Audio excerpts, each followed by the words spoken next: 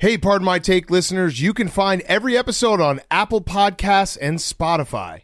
Prime members can listen ad-free on Amazon Music. On today's Pardon My Take, we have Chef Tom Colicchio in studio. We're going to break down some March Madness, Tyreek Hill to the Dolphins. The NFL free agency just won't stop. They basically have hijacked the entire month of March. NFL is king. NFL is king. We got a great Friday show for you, and we're brought to you by our friends at Venmo. Whether it's tickets to the games or wings for the viewing party, pay friends back quickly, easily, and safely with Venmo. We're doing something cool with Venmo. We're giving out $100,000 to AWLs throughout the tournament. All you have to do is send a payment for any amount, even a penny is fine, and include hashtag PMT in the payment note. You do that, and you could win up to $500 from Venmo. And when you win money, screenshot your winnings, post it to Twitter or Instagram, and tag Pardon My Take. We'll be retweeting and reposting all tournament long. Win up to $500 when you include PMT and all Venmo payments throughout all basketball season. Again, make sure to post it on Instagram and Twitter for us to see. Venmo is a great place that you can send money to your friends. If you're going out to the bar, someone picked up the tab, boom, Venmo. That's the best way to do it. So do that right now and make sure you use that hashtag PMT, and you could win up to $500 from Venmo. And make sure you screenshot that thing and send it to us on Twitter and Instagram. Thank you to Venmo for hooking people up this March. Okay, let's go.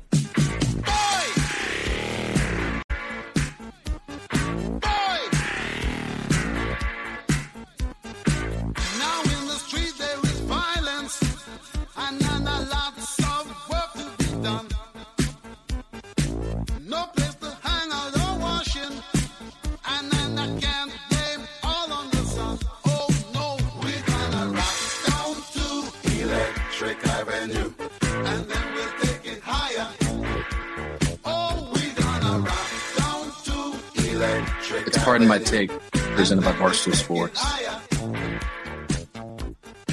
Welcome to Pardon My Take, presented by Venmo. Go right now and do any transaction on Venmo in the month of March. Use hashtag PMT, and you can win up to $500 for free with Venmo. Today is Friday, March 25th, and the Arkansas Razorbacks are going to the Elite Eight. Woo! Big Suey. Who they playing? Big Suey. And the Houston Cougars, the Cougs too. are in. Absolutely. John Daly is fucking hammered than usual tonight, celebrating Arkansas. Big news. And then there was, of course, we should probably bring up, there was a gigantic loss tonight for us as a podcast. Yeah. Billy Football could not finish the cheeseburger bet. He got bodied by food yet again. You got down 8 1/4 cheeseburgers, Billy. From McDonald's. Food reigns. Food has 3 wins now. Billy is still with the goose egg. And I saw a tweet. Did you retire from eating? You can't. You can't. Retired. No, you can't retire. What'd the tweet say? I'm retired. You can't retire. I said I'm retired. No, Billy Football. Billy Football versus Food retired. Challenges is my favorite rivalry. It's the Harlem No, I can't Globetrotters do and the this Washington anymore. Generals. My body simply cannot do You this. can No, do Billy. Now part of your Today- job description is you doing as many competitive eating challenges No, as losing possible. Just all losing of them. all of them. Here's the official statement from my agency. Okay. I retire from competitive eating. After these past 3 L's, I just want to eat regular-sized portions. Please respect my decision. Yeah, that's kind of a wimp move, Billy. No, You got to get back on that Look, horse. I've Literally, seen my body. No. It's gotten banged up by Billy, the food. Billy, no. Please. I will not permit you to The answer retire. is no. The sodium you intake. cannot. The people demand more food challenges until you complete one, an official one. That is your freedom. Actually, by the way, I got a text from Erica while you were doing the challenge. She was not impressed with your behavior and your ability. She said that she will not be renewing your contract until you can complete. oh, that's and funny food challenge. because I got a text from Dave and he's like, "This Billy losing to every food challenge ever is genius. How can we monetize it?" And I was like, and then he said, "P.S. All the money that we could get out of it will go directly to Billy Football." Oh wow! Well, Yeah. Both those things I'm gonna truly go. happen. I'm gonna go talk to my family. They're the number one on my list when I make decisions. My dog feels very strongly about the time You're not I spend retiring. on the I toilet. think you're not allowed to retire. Whitey would kick your ass Yeah. in a food You're challenge. not allowed Yeah, to retire. 100%. By the way, we should say McDonald's, delicious, and we got a little extra special sponsor from McDonald's because it's March. The big tournament is here, and we're tuning in to catch all the action across the games this month. And, Billy, we're also tuning into the McDonald's All-American games where hype becomes legacy. I actually would like a complete blog after both of these games from you. And then I'll reconsider your retirement because the McDonald's All-American game is awesome. These players are high school athletes today, but they'll be household names tomorrow. 2022 is a big year. The games are back on for the first time since 2019 and returning to their many-time host city of Chicago, celebrating 45 years of legacy and commitment to high school basketball. Tune into the game Tuesday, March 29th, the girls' game starts at 6:30, and the boys' game begins at 9 p.m. Catch the games live on March 29th at Wintrust Arena in Chicago. Beautiful arena where DePaul plays. Go check it out. Watch the games. Billy's going to do a full recap of the games. Wednesday morning It will be live, so tune in March 29th. Girls' game starts at 6:30 p.m., boys at 9 p.m. Watch a bunch of young women and men before they become household names. So you can say, I knew them before they became big time and were playing in March, in the future. So tune in, McDonald's All-American game, March 29th. Girls game starts at 6:30 p.m., boys at 9 p.m. You know which school had a lot of All-Americans? So Villanova, who played great tonight, and they were amazing. They should get some – we should definitely pat them on the back. Colin Gillespie, when you need him, he comes up big. Of all John Rothstein's sayings – Villanova, Jay Wright being a Fortune 500 company fits the most. It does, but he also says that Villanova, a Fortune 500 company, it just runs itself. Yeah. I don't think he knows how Fortune 500 companies work. No. They're run by all the shareholders, right? Like the Green Bay Packers. Right. But he is like, every time you watch a Villanova game, there'll be a moment where you're like, uh-oh, is Villanova in trouble? Nope, they're just going to hit shots. They're going to make free throws. They got a big test against Houston. Elite Eight's going to be quite something. But I'm excited for our Razorbacks. Yeah. We've always been Razorbacks. And also, NFL news. Big choke job. There was a heartbreak in the tournament tonight. Gonzaga losing. Oh, yeah.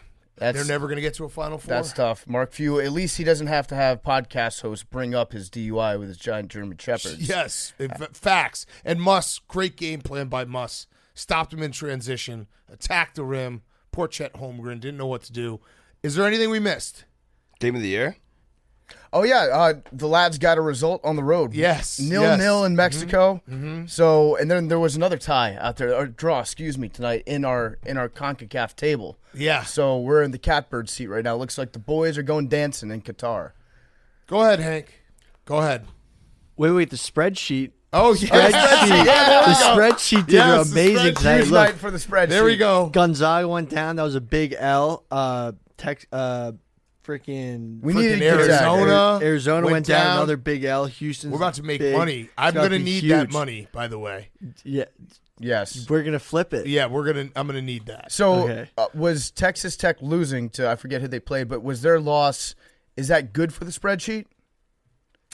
Texas Tech would have been a huge L comparatively. So it's good. Duke winning is good. Well, Well, Duke is also a big L. Oh, okay. Well, yeah. But so it doesn't matter. That's an L that's going to be eliminated by Arkansas, which is a W. Big dub. There we go. Got it. Yeah. I got a future in Arkansas. Same. I would make my money back if they won it all. I got huge. Yeah. Tonight was one of the most contentious nights on the podcast. I was on big on Duke. You two were huge on Texas Tech. Go ahead. Have your moment. It was a lot. No, I mean, we haven't really talked afterwards. I've been avoiding you. I'm very scared of you right now. No, so I was happy that you showed up to work today at 9 p.m. I'm sick. I came for the show. I came to perform. Listen, and I performed. We performed. Here's me and my alums. Me and my Blue Devils. Listen, I took a shot. I don't regret taking a shot. Gambling is about taking shots. Life is about taking shots. It is. You can laugh. It was thrilling to take a big shot, to tweet all those tweets today. And as much as I want to complain about the refs, I don't think they decided the game. Duke just didn't miss in the last 7.5 minutes. They made every single field goal attempt in the last 7.5 minutes. It was a great game, like a great game to watch. Every possession felt intense.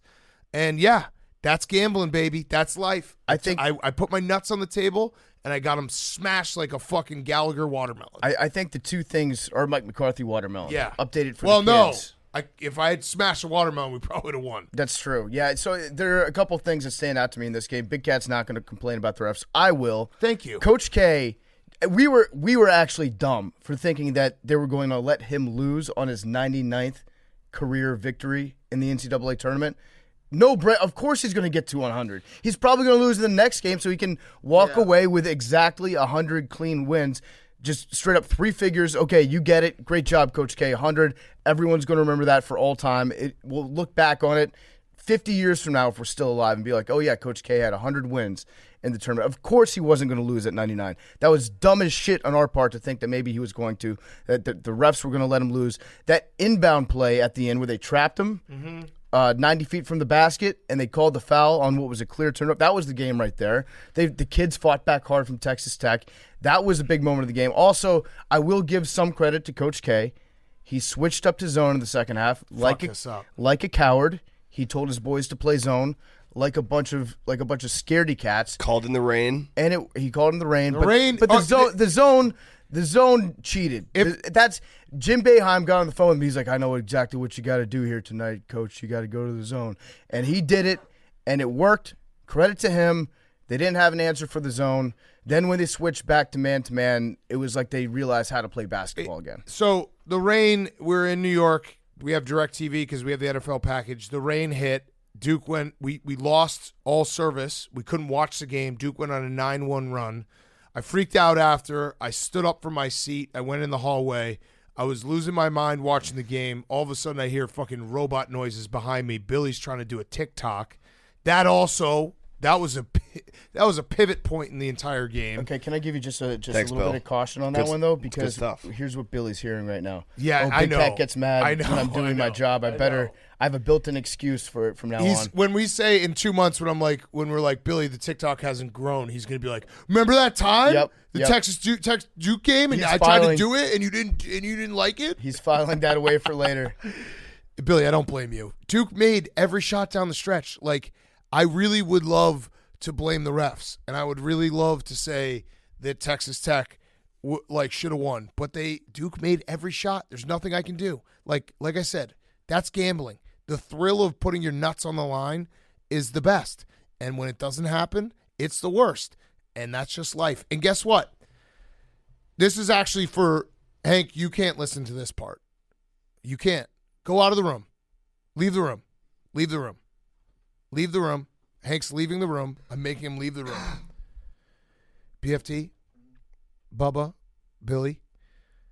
Hank's fired. I'm legitimately nervous that Duke might win the national championship.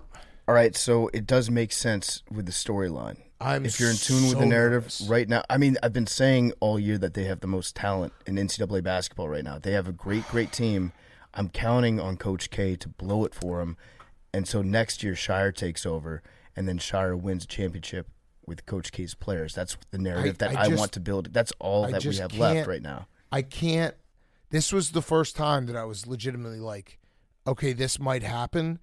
And, like, Muss is going to have the best game plan possible. I believe in the Razorbacks. I'm basically just going to, every single game for the rest of the tournament is going to be a personal game of the year. I won't release it as a game of the year because I have to take a break, even though I love Miami on Friday night, and I think they're going to win, and that would be a game of the year, and I might even still make it a game of the year.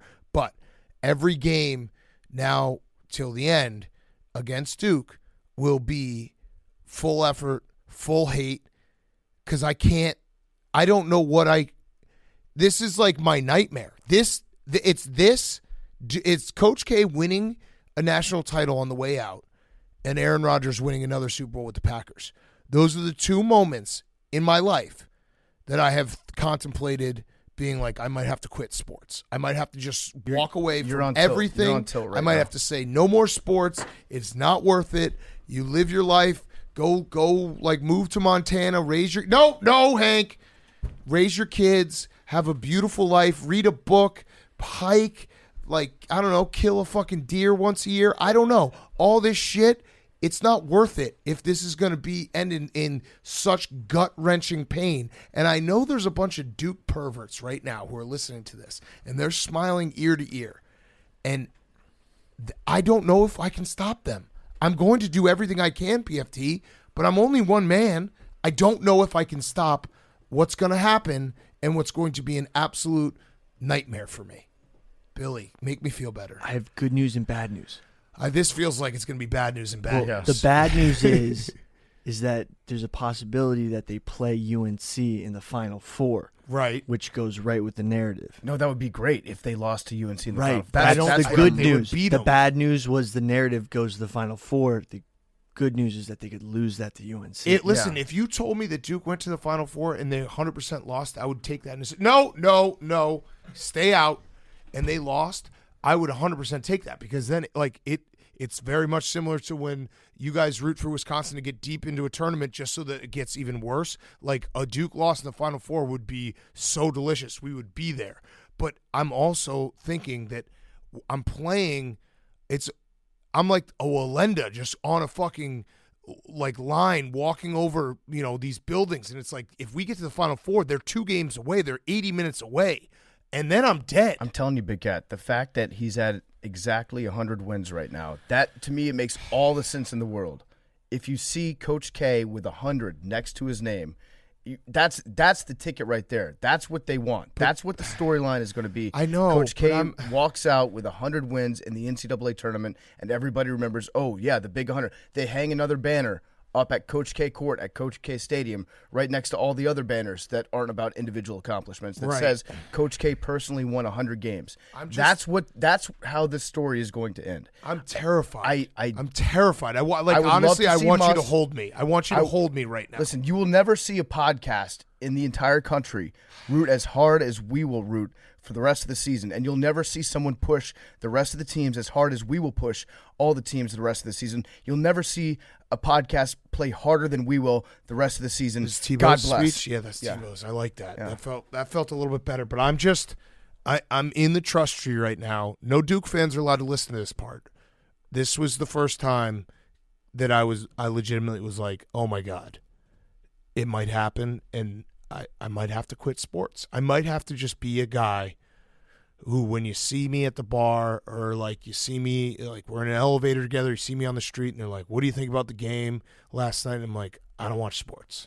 I don't watch sports. This is like you're a highly touted football player getting into the league, and you've got all the expectations of the world. Everyone's like, oh, yeah, this guy's going to be a star. And then you blow out your knee in your first game, and then for the rest of your life, they're like, that guy used to be a hell of a football player back in the day. They're going to be like, that guy, Big Cat right there, he used to watch so many sports. He used to be a great sports podcaster, and then what happened? Coach K won it all, and he just quit. And I have a confession, though, about how the rest of the season is going to play out for Coach K. Okay. If they do get to the finals, I'm going to be rooting for Duke because of the future that I put in them. I'll pay for it. Back in December. I'll pay for it. It's going to pay. I'll personally pay for it. If they win it all, that pays for my game of the year loss I will tonight. personally pay for your future before they even win it all. I'm just saying.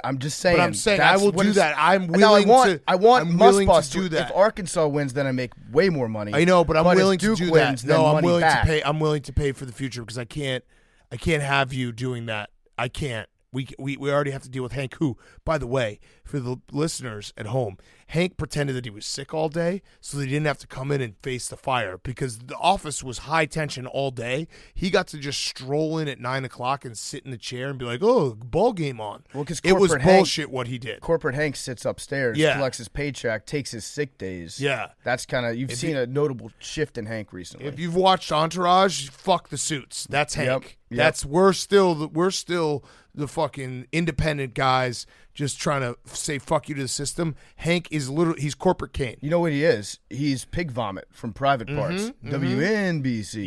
Yep. That's who he is. Here's how Imus says it, guys. Yep. So, but yeah, I am for the first time this year because they've had different moments where I'm like, oh, they're flawed. Oh, their defense. Oh, Virginia Tech beats them in the ACC tournament. UNC beats them last game. This is now threat level midnight at my house. Well, reality check is that Duke has the most talent of any team that's left. So if they do lose, then it's all in Coach K. Muss is going to coach the fuck out of this game on Saturday. All right, Hank, you can come back.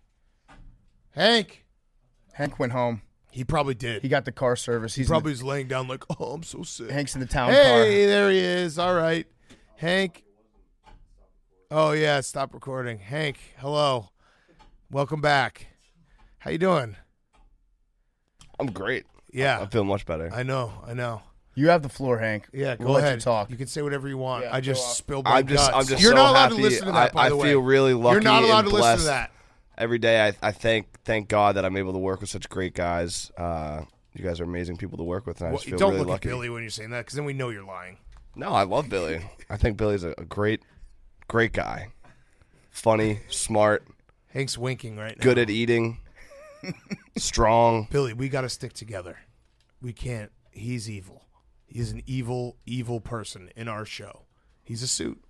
I don't want to be involved in this. No, you are. Oh, Billy, I you just are. try and bring light. Billy, I just try and Billy's bring trying to be a Switzerland, shining dude. beacon No. of light. Bro, I'm Swiss as fuck. No. You're Swiss Oh, what as are you, fuck. 65% Swiss? Yeah, give it to me. Although Billy does know how to stay out of fights. He does. True. Credit We're to just him. we're just one big happy family, and I feel really lucky to be a part of it. All right, you're not allowed to listen to what I said. I won't. Okay, cool. So, Hank, you're rooting against our friend, naturally. Oh yeah. Yeah. I mean, course. Elite Eight's a That's great kinda run. what you Good do. for him. He beat Gonzaga, #1 seed, winning season, great for recruiting. Gonzaga is like they'll be back. I'm sure they have great recruits and everything, but damn, I'm going to say it right now. Drew Timmy doesn't have the killer instinct. he's going to be an awesome player in Latvia. And I'm not saying that as a mean thing. Like Those guys make good money. He does have like sick Euro moves. It's just you know what they he's were got? 50-50 balls where it was like Arkansas was like, nope, that's ours. He's got the drop step. He's Yeah. got a really good drop step on it, and I love that move. But yeah, And I like Chet. I'm still mad. I like Chet too. I think that Chet's he's a fine player. He got in foul trouble, and they kept just going right at him. Didn't really know what to do with himself at that point. But he's a young kid. Also, we won Houston too, so I had a double big night. That was thanks to you, Big Cat. So thank you. Yeah, that's true. I You did. texted me. I should have made that my game of the year. Yeah, game of the year is gonna be retired for a while, though Miami would have been. So Do you at any point regret betting with your heart and not with your no, head? I mean you can't say that. You pushed me. I just you asked. used your suit. You used your suit. You came, dude. You're gonna pretend like you didn't come to my desk with a spreadsheet and you're like, we crunched the numbers upstairs on the 3rd floor, and it'd be great if you did game of the year for the eyeballs. No, I said what I said on the podcast. I said do it. But didn't you also bet with your heart?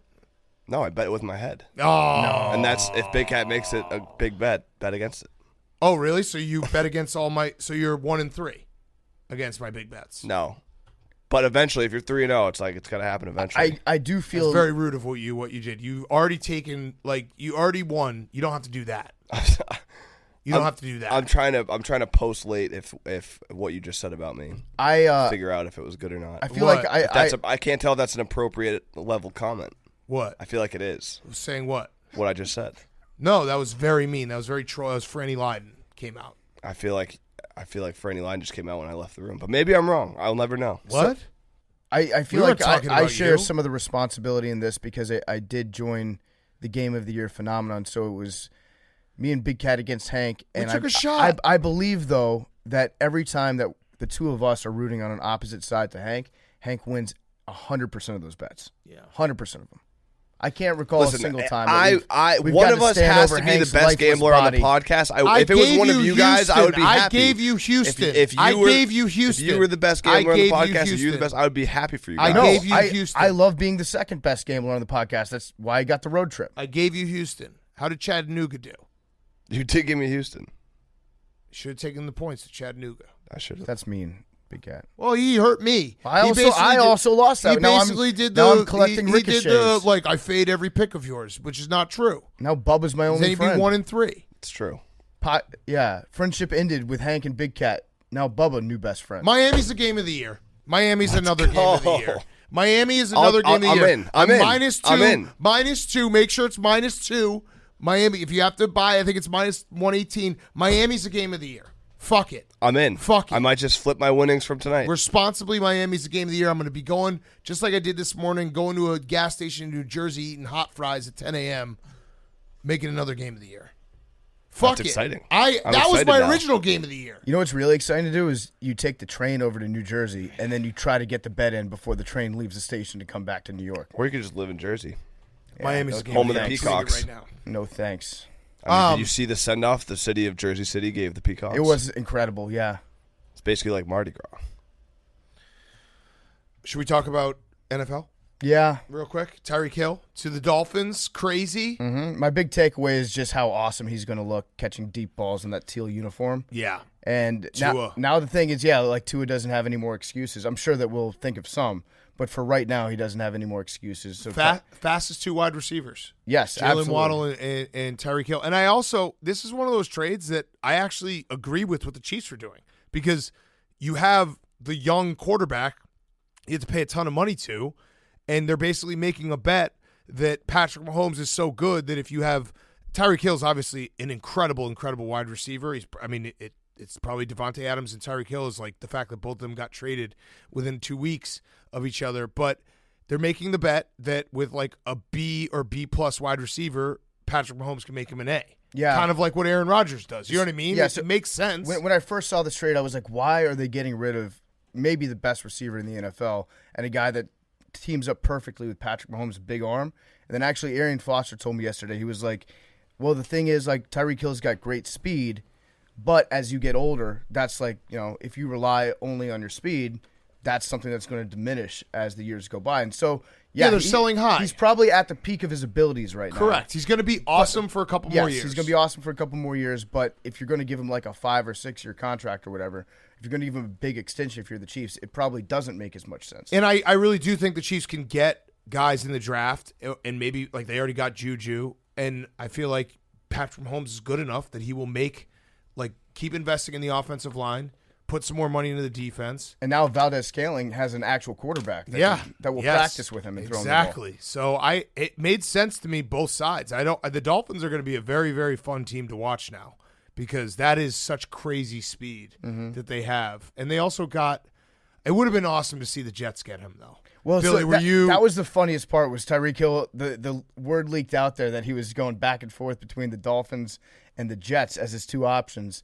And then after he signed with the Dolphins, he said, "Yeah, I was never going to sign with the Jets. That was never a serious consideration." Who's Tyreek? Why do we care about Tyreek Hill? That's Who's Tyreek true. Hill? You should just be like, bad guy. You have good who's that character guy? guys on the Jets. Yeah. Billy was going to stop rooting for the Jets, actually, if they got Tyreek Hill. Exactly. No, I honestly think Patrick Mahomes' productivity is going to go way down without Tyreek Hill, and Tyreek Hill would have done way better with Zach Wilson. But I disagree Patrick with Mahomes the doesn't first throw part. the ball downhill. Well, think about how many Check down. times Tyreek Hill bailed out a bad pass by Patrick Mahomes. So I would take the alternate approach on that's actually going to help the Chiefs, because the Chiefs offense, when they would fall apart, it's basically because it was like backyard football. More structure will probably help Patrick Mahomes, where they actually try to get, you know what I mean? They stop doing these fucking special things, and what happened in that Bengals game where they're doing weird RPOs that don't work, that aren't real RPOs. I actually think this will be better for Patrick Mahomes. I know that's True, kind structure. of yeah, right. Now And he's they'll maturing. have guys in more specific roles. They still have a speed guy. Don't they still have Mecole Hardman? They do, and actually you could make the argument, too, that if Tyreek Hill was a bigger receiver, he doesn't get tackled on the 1 yard line at halftime against the Bengals. That's true. I mean, obviously, it's not He's a not knock on Tyreek Hill. No. He's clearly a game changer. I'll say it right now, Tyreek Hill is not a good short yardage wide receiver. Yeah, I just think that the Chiefs will, they'll basically pivot off of what they've been, which isn't the worst thing when it comes to the NFL and how teams guard them and everything. So I don't know. We'll see. Yeah, it'll be fun to watch. Jake, we just did most everything, but do you want to give us any recaps from your point of view? Yeah, I mean, it was a pretty solid slate. I'm sorry about the game of the year. It's all right. We kicked Hank out for a while, and we hashed everything out. I feel a lot kicked better. you out? Oh, also I made Miami the game of the year Okay. tomorrow night. So we're Do going you? again. Yeah, we're going How about back. that wedgie tonight, huh? Free throw wedge was crazy. Like the physics of that. How does that happen? I don't know. Jake got so excited when the free throw hit the wedgie, and everybody else in the room was like, It's like, Jake, shut up. shut up. But It was cool. We love the passion, Jake. Yeah. Did you guys talk about? I'll bring it up. My redemption bracket. We have not brought She it up started yet. the show. Yeah. What? Jake Started issued the show. Oh, really? issued a redemption bracket. Just basically said, okay, now let's pretend I got everything correct thus far. And I you Gonzaga did winning pretty it well, all. right? Oh no. Yeah. Oh, that's tough. But, like, it's fine. I've never it? wanted a team to win a game more than Arkansas over Duke on Saturday. Wow. I really, really need the Must Bus to come All through. these guys playing with their hearts, not with their heads. You're supposed to be a college basketball analyst. Not an analyst. I don't break down the X's and O's. Still, think with your mind, not with your heart. Shut up, I mean, Hank. You're on wearing- paper, Duke's the better team, you're but I wearing- want Arkansas to win. Hank's The wearing same Duke way with underwear right now. My redemption bracket. I thought Gonzaga was better, but I still wanted the Must Bus. I'm happy for him. So So, who do you have in the finals of your redemption bracket? Is it Who should I say? Is it Arizona, Gonzaga? oh no, it was Villanova. Okay, all right. So, So you still have should that. you should do another redemption Every bracket round? next round. Yep. Just every day. Yep, and until the championship game, and you'll have like one opportunity to be like, "Yep, I had Redemption the natty." bracket. Yep. Volume 7.0. Yep. But yeah, no, it was a good day. I want Providence to beat Kansas. I want the Must Bus to win. I want St. Peter's because why not? I don't know how realistic that is. I do want so. St. Peter's. So I St. Peter's should be I electric. bet the money line before I left Illinois, and so that's a dumb thing. You know that what? I've done, but Big it's Cat, something that I'm you I'm still happy have with. one last Hail Mary chance for it to be really bad for Duke. Yeah, we What? Yeah, UNC. yeah, we talked about that. That would Yeah, be, we talked about it. it. Would be perfect if Coach K's Listen. two most memorable last losses Listen. were both. Would that against make the this arch game of the year rival. loss worth it if UNC beat them? No, listen, Jake, you missed some of the show, but I'm not even worried about Duke winning it all. Okay. Like, I'm not, it hasn't even come in my mind. It hasn't even, Big Cat was saying like this is not. Yeah. Some people are saying it's like a team of destiny thing, It's like, but this dude, team is so flawed. I'm on fine. the coaching and on the Yeah. floor. No, that this it's just not realistic to think that Duke's going to win this. It's I like haven't even thought, like, I'll tell you when I think about it and I'm worried, it's not even close right now. Okay, good. That's- Yeah, they're only halfway. They're halfway Yeah, there. They're yeah, not that exactly. good of a there. team. Good point. Like, it's not even, dude. Yeah, if this it's was a not marathon, they'd be at like the 12-mile pole. Yeah, it's like, I'll let you know when I'm worried. Okay. It's a long way. It's probably going to be like, if they're in the national title Under 8 game, of the maybe like second half. like second half, right? Like, then I'd be like, oh, maybe they're going to win it all, but probably not. That would be when I would freak out. I'll tell you who I actually like to win it all, and this could be a jinx. I think Villanova's been really impressive. Yeah, well, Houston And Houston, is they both. that's going to be an I kind of think I think they've been the two most impressive teams so Yes. far, and they have to play each other. incredible Do matchup. you think if Villanova makes the championship game that Jay Wright's going to put on a suit? He has should. to, right? He He's should. got to. He He has to respect the tournament. Yeah. Respect the bracket. But no, it's crazy that Arkansas beat Gonzaga. It's If- wild. Awesome game. If it wasn't this year or last year for Gonzaga, I truly don't know when now. Back-to-back years. and the number one seed. overall and number one recruit and Chet. They don't. And Jalen Suggs I the was year looking before. at the ESPN 100. They don't have a top 100 guy next year. Yeah, it is going to be. It does feel like this 'cause- was their moment. Like Mm-hmm. this 4 or 5 year run that they had was going to be like their over the top moment. And Yeah. whew, But that's maybe a they'll tough pill to thrive under swallow. pressure. Maybe they'll be the 4 or 5 seed next year and go to the Final Four. I don't know. No, I don't think so. Yeah. I think it's this year. This year was a window closed. I'm officially announcing that until they Shut. move to a real Shut. conference, Shut. Gonzaga's window has officially closed. Yes. Tough break. So, Jake, how do you feel about rooting for Tyreek Hill now?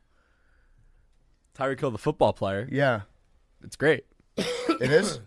Tyreek Hill, the football player. In between the lines In between the when lines. he's on the field. Yes. Got it. Okay. Just making Leave it sure there. you're okay with that, conscious wise. All right, it's 1 a.m. Let's get to Chef Tom Colicchio, and then we have Fyre Fest on the other side. Tom Colicchio is brought to you by our new sponsor. New sponsor alert, Hank. Game Time. That's right. It's Game Time. I love the sponsor. They're awesome. They're a great ticket app, and they're hooking, pardon my take, listeners up. Download the Game Time app. Send us a picture, a screenshot of who you think is winning the tournament with hashtag PMT Game Time Sweeps for a chance to win tickets and a trip to the games in NOLA. That's right. We're talking a trip to the game. We're talking airfare, hotel, and tickets. This is a big time giveaway that they're doing for the AWLs out there. We want to see you down in NOLA. Game Time Tickets is the new exclusive ticketing partner of Barstool Sports. It's created by fans and for fans. They crack the code on how to score deals on last-minute tickets to sports, concerts, and everything in between.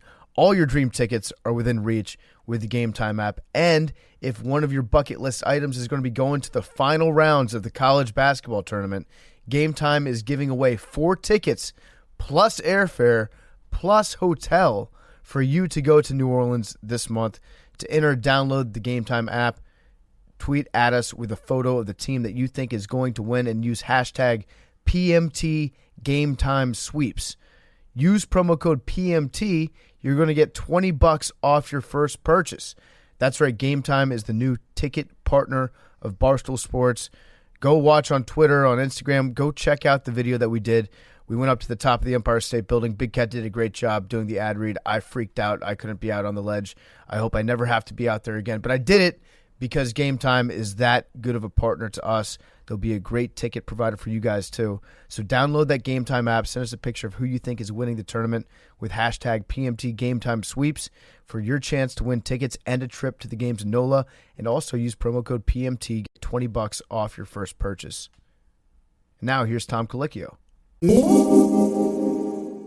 Okay, we now welcome on a very special guest. It is Chef Tom Colicchio. You know him from Top Chef. You know him from being in the, basically one of the most famous chefs in the last 2 decades. I do want to start, I want to talk about your NFT project, but we have a lot of football coaches on. We always call him coach. Yeah, sure. Should we always call you chef? No. Do you like that? No, I have a name, Tom. Tom's good. You don't like that? No, I don't. Really? What about if it's another chef? What's that? If another chef calls you chef, do you appreciate that, or you're like, no, I'm Tom? I don't typically correct them, but in my restaurant, I don't allow my cooks to call me chef. Really? Yeah, they call me Tom. Yeah. Now I want to call you chef. Chef just means boss. Yeah. And it's like, well, hey, boss. Not, I do like it when they in Top Chef when they're like, yes, chef, sure, chef. Yeah. Yeah, I like it. Yeah. It feels like an army rank. Yeah, that producers kind of make that happen. I just like the term chef testing. Chef testing. That's a good one. Did you come up with that? No, I did not. So you're going to the metaverse. We are. We're there. We launched a couple minutes ago, actually, about a half an hour ago. Yeah, our slice list, which is what we call our white list. Okay. Went live at 2:00. So explain it to 2 idiots how this works, because we really do not know. Oh. Okay, which part don't you know? So everything. So how do I get a NFT slice of pizza? You don't. Okay. It's a virtual pizza. No, what we're doing. So Spike Mendelson and I, Spike, who was a contestant on Top Chef and a buddy of mine, now he is. He wasn't then. I'll go back to how I got involved. So during the pandemic, I had some free time. Restaurants were closed, and I'm a bit of a news junkie, and started spending a little more time looking at financial news, and NFTs became popular. I started messing around with crypto a little bit, and the original when I first started buying NFTs, partly is because if you have crypto, right, it just sits there and it can go up and down. Well, you can actually hedge that as well by buying some NFTs, and you can flip them or you can keep them, whatever it is. But I also wanted to get more involved with the NFT community before I dropped a project. And at this point, I didn't know what I was going to do at all. And so Spike reached out to me, and he had been working on something. I had, this kind of lurking around in some of those Twitter spaces and things like that, just to try to understand what was really happening with NFTs, what they were all about. Mm-hmm. And obviously, when Beeple sold, an art project for $69 million, whatever it was, I mean, that caught everybody's attention. Yes, big time. But since then, the NFT sort of the universe has really shifted away from those art projects, and there are some of those, but it's shifted away to, in real life utility. So if you own this NFT, what do you get? It's not the piece of art. It's like a pass. What do you get with that? And so for us, we did a pizza project because pizza is so universally loved. We figured, that's a good way to get in there, and we were kind of having fun with it. And again, originally when we've been working on this for 9 months, and originally it was going to be just a piece of art and that was it. And then we realized that we've got to add utility to this. So Spike and I will do virtual cooking classes and things like that. So if you hold an NFT, you can get into these classes. We're actually doing our first in real life event, DC Central Kitchen, which is a organization that Jose Andres works with. We're doing a fundraiser, the after party. If you're an NFT holder, you can come to the after party. So things like that. So it's just a pass that gets you really cool stuff. Yeah. And that's really it. It should get you one slice of pizza every day for the rest of your life. It could, Yeah. but no, it wouldn't. This is That's the our next level. project's going out. It's only like $200 for our kind of membership. Okay, so, I like that yeah. because We're it's cheap. when Yeah. when the NFTs come out and it's like $25,000 for this, JPEG, and you're like, okay, this doesn't feel. See, it's not just a JPEG though. You got to understand. I know so that's something you say and people get very upset about. Well, what I love is like, I have one too. It's like, try to sell it. Right. Like it's not on the blockchain. It's got to be on the blockchain. But also, a lot of these things have turned out to be pretty good investments. I mean, if you got into Bored Ape, Yacht Club early on, you made a ton of money. Yeah. A ton. Yeah. I had a guy just stop me in the street and he knew our podcast and he was like, you got to buy an ape. And I was like, what? What language are we talking right now? I like that guy that was like, all my apes gone. Yeah. Remember All my that apes guy? gone. Yes. No, but that's good. It's like it's a membership into a club. It's kind of, Yeah. So you actually get a real life experience if you are a holder. That's the idea. Now, when you throw around metaverse it's not a thing yet. We're Web 3.0 is not a thing yet. We're like Web maybe 2.2, 2.3. But Web 3.0, just on a basic level. When you think about this, 20 years ago, you opened a business, maybe you had a website, probably not. Now you have to have one, right? Well, what's the website going to look like in 3.0? It's going to be three-dimensional. You're going to put on VR glasses and you're going to be able to walk through. So if I have a restaurant, you'll be able to walk through it. I mean, think about the music application to Web 3.0. You're a Jay-Z, you decide to mint an NFT project. That NFT project gets you into the concert. Every seat's first row. Right? Yeah. So there's a lot of cool things that are going to happen. I mean, I'll take it a step further in kind of extreme. So during the pandemic, we were shipping boxes around the country. Food, partially cooked, everything from a 6-pound prime rib to tacos for the Super Bowl. Right? Now, there's going to come a time when I'm going to ship you a box of food, and you're going to get it in your restaurant. I mean, you're going to get it at home, and then maybe if you have my NFT, right, you're going to be able to go and see a video of me actually preparing that dish. When you're eating it, if I have a restaurant on the metaverse, you can put on some VR glasses, and you'll be sitting in that restaurant eating my food at home, but you'll be in the restaurant. Right? So, but, again, I equate this to, you remember the first cell phone, what it looked like? Right. You guys are too young for that. No, we're right around that. It looked like a brick, right? Yeah. And it was next to worthless. Now look at it. Our smartphones have more computing power than the computers that sent the first man to the moon. Right. And so anybody envision that? Right? I mean, when Bill Gates sat down with I forget what nighttime host and talked about the internet, he was laughed at. Yeah.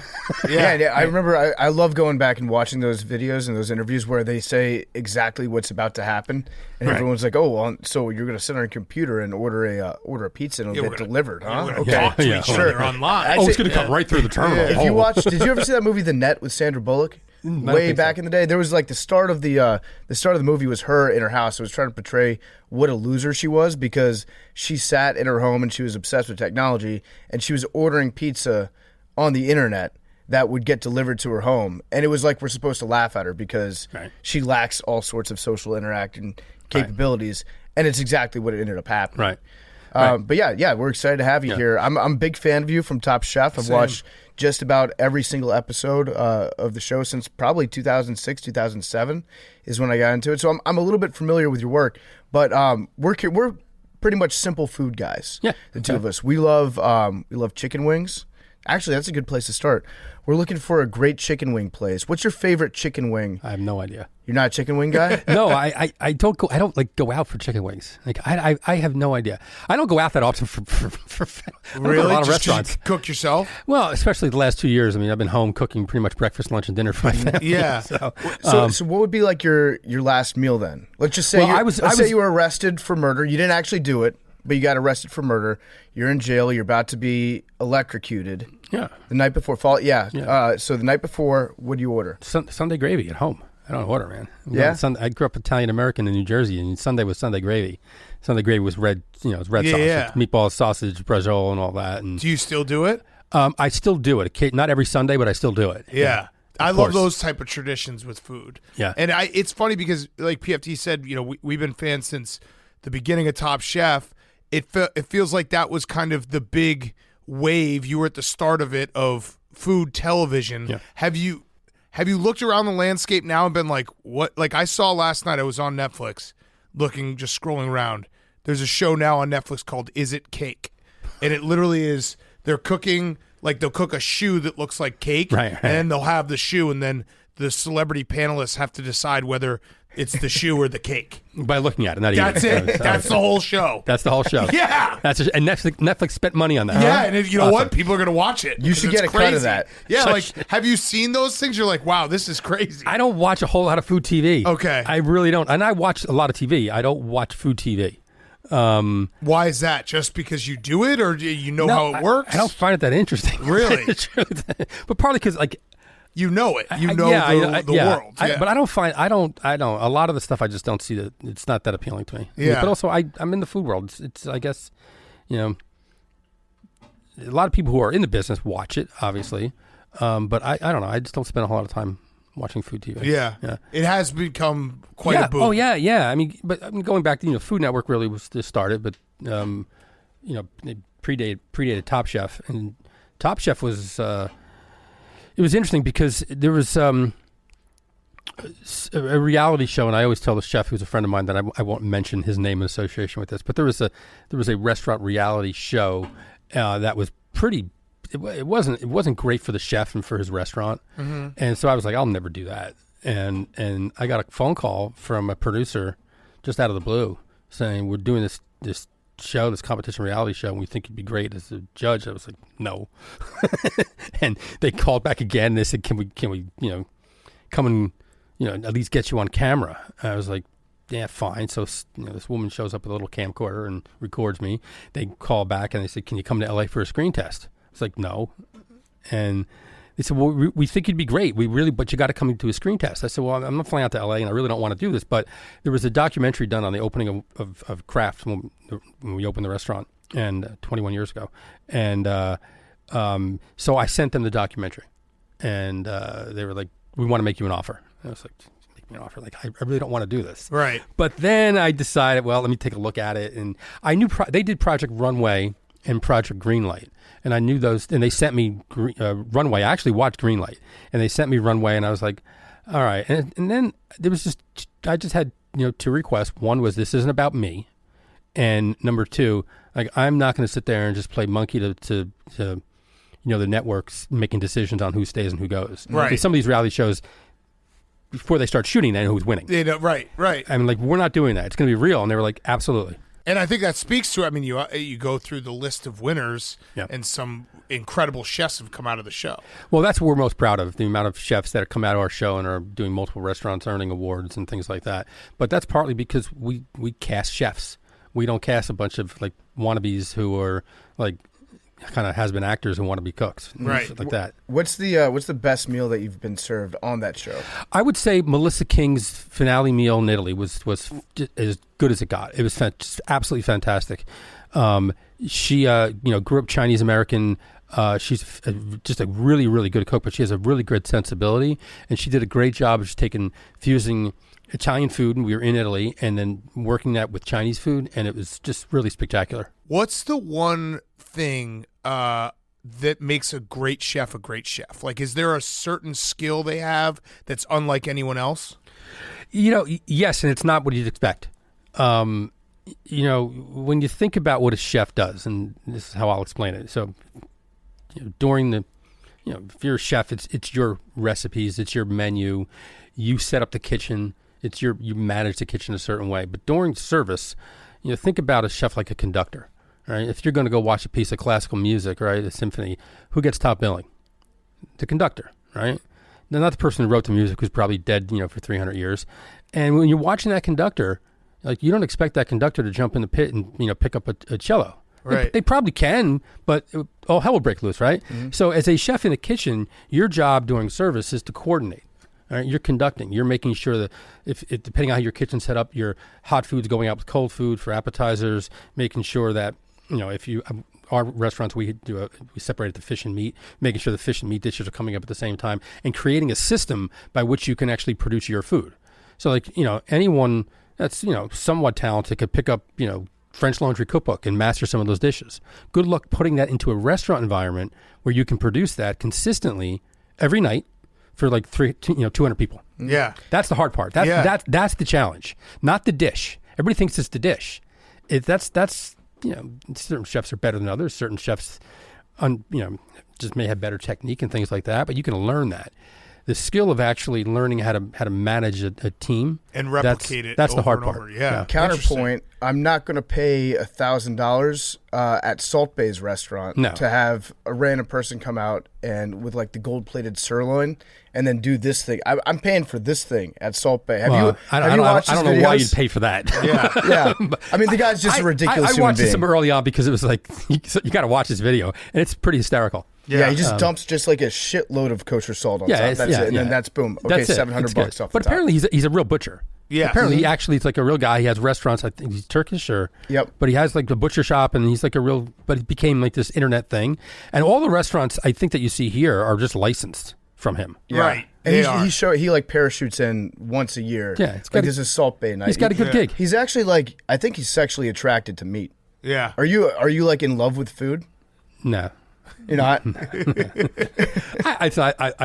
I enjoy food. But when you say, I'm not going to replicate, what was the scene in American Pie? Yeah. Go ahead. Yeah, we're not going there. I was just gonna say I've had a recipe I've been working on recently, or just really a concept. Guy Fieri shot it down. This is usually when a guy goes, I'm not a real chef, but I have a wok. Yeah, no. Air fryer. I'm like, oh boy. Yeah. Well, I did air fried Uncrustable earlier. That's, by the way, Uncrustables. I don't think you can find a better food in America than Uncrustables. All right. It checks all the boxes. But I'm dumb. I'm not a good cook. I'm more of an ideas guy. I'm just going to toss this out here. Alcoholic soup. I love soup. I love alcohol. Sometimes I want to have it all in one. Well, there are some soups like the old turtle soup. It was a shot of sherry in that. Okay. And not cooked out. It was a shot of raw sherry in that. Yeah, it would be like something that's added in at the end. Obviously, you can't cook it with the alcohol in there. So if you go and get like you can experiment yourself. Go to a good Mexican restaurant, get a pozole, right? Mm-hmm. Pozole soup.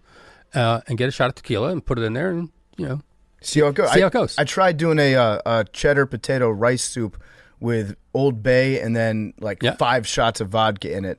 I may have been a bit heavy-handed. Excessive. Yeah, I was a little heavy-handed a with little it. bit. But you got to find balance there. Yeah, I think that it's got some legs to it though. And then I don't know if I'd go with vodka because vodka really doesn't have much of a flavor. I mean, there's that Italian American thing.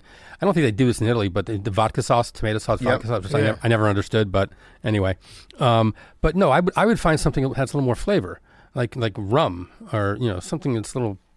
Can add a little punch. Okay, I'll put some notes in my vodka. Here.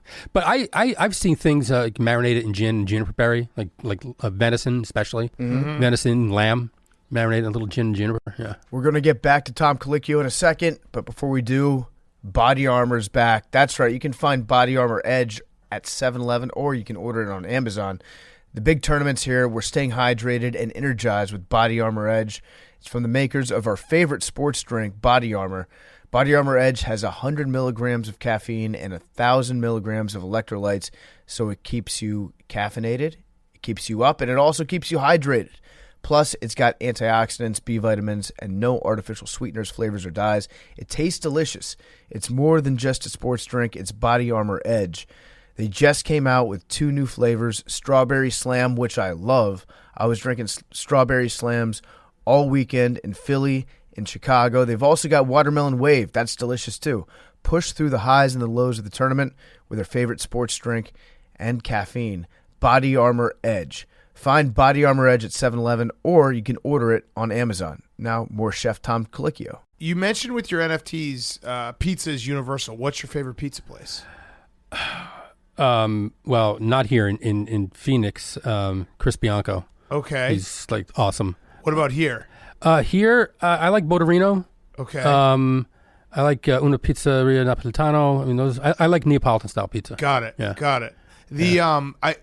This is going to be a very dumb question, but how does the Michelin stuff work? I don't know.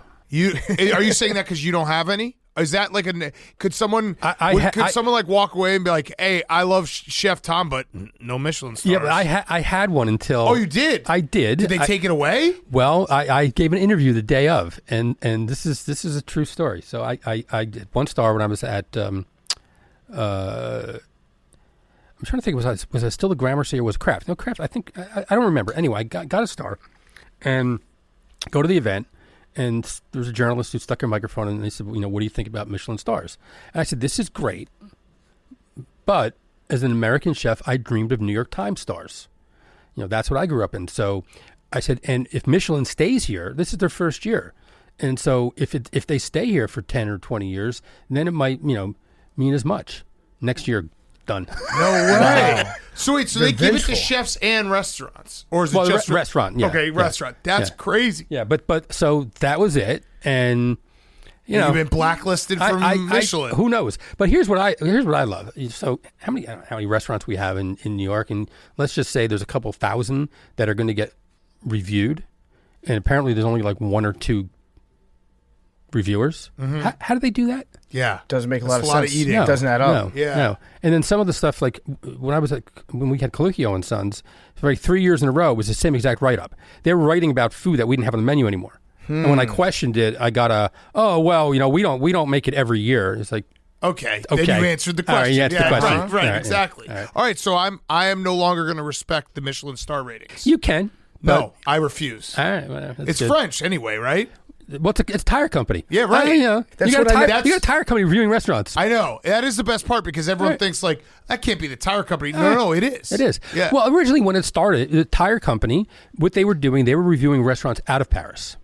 So it was like this idea where you'd get in your car on your Michelin tires. That's smart. And you would go for this ride and go find a great meal. That's really just how it started. It's great marketing on their part to be able to tie that in and to have everybody think about how prestigious this award is. Yeah. What did they do? I'll stick to Pirellis nowadays. What did they do to make people think like we should respect this award? Because back again when it was only in France, the best restaurants got Michelin stars. And again, back then it was a little more regimented. You had to open a restaurant, and before you got 3, you had to get 1. You couldn't just open and get 3 or 2. You got 1 star when you opened. And then the next year, if they saw progress, you may get a second. Mm-hmm. And then the difference between 2 and 3, usually you'd have to spend a ton of money in your restaurant, meaning you'd have to up the art program, the tabletops, all this It's stuff. not even about food. Well, all of it still was about food, but you had to have all those other trappings, right? Especially in France. And a lot of chefs are French chefs are giving their stars back because they can't continue to. I mean, there was the one chef Bernard Oiseau who killed himself because he thought he was going to lose a star. Damn. And so, it's just like real serious shit. Yeah, so we're New York Times stars, guys. I like New York Times stars. Yeah, and you have a James Beard Award. 5 of them. More than 6, 7, 7. No flex. No flex. Just a little. It sounds like they're almost challenging restaurateurs to make their restaurants worse, almost, because if you get 1 and you get 2, and then you obviously have a good high quality restaurant, they're like, well, if you want to get that 3rd, you really have to overhaul everything else. Yeah, and it really leads probably a lot of chefs to getting away from what made the restaurant good in the first place. Well, I don't know. I mean, I'm not sure about that, but what it does, it makes you spend a lot of money, and that just adds so much pressure on what you're trying to do.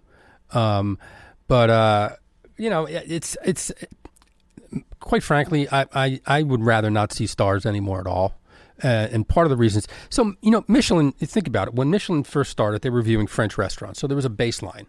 You understood what that was. And going back 40 years ago, New York Times only reviewed French restaurants, maybe Italian restaurants, and new American restaurants that were aspiring to be, great restaurants. That was it. They didn't review pizzerias. They didn't review like the local Thai joint. And so there was a baseline for understanding what those reviews are about. Nowadays, it just, how do you compare?